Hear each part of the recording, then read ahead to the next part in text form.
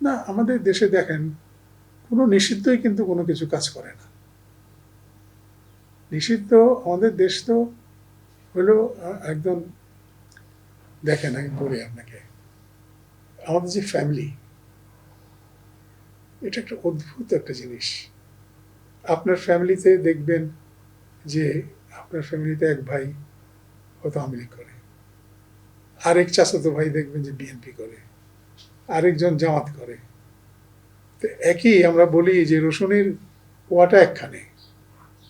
সুতরাং এইখানে কোনো মতেই কোনো দিনই এখানে জঙ্গি রাষ্ট্র হইতে পারবে না, কারণ আপনি বাধা দিবেন।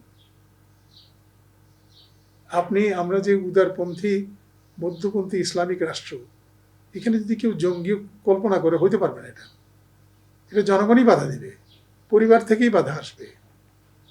পরিবার কোন পর্যন্ত মিলবে? যেমন ধরেন আপনি মানে আমরা সমাজে যে বিচরণ করি, এটার থেকে বাইরে আপনি যেতে পারবেন না, এই পরিবারকে আপনার বাধা দিবে। সুতরাং আমরা এখানে একটা একটা মানে এমন একটা চাই যেখানে প্রত্যেকটা রাজনৈতিক দলের অংশগ্রহণ থাকবে, সেটা আওয়ামী লীগ হোক, জামাত হোক, ওই আপনার বিএনপি হোক, জাতীয় পার্টি হোক, এবং যারা আপনার আছে ওই বামপন্থী দল আছে, তারা সবাই একসঙ্গে রাজনীতি করবে। বাংলাদেশে এই অধিকার সংবিধানই দিয়েছে।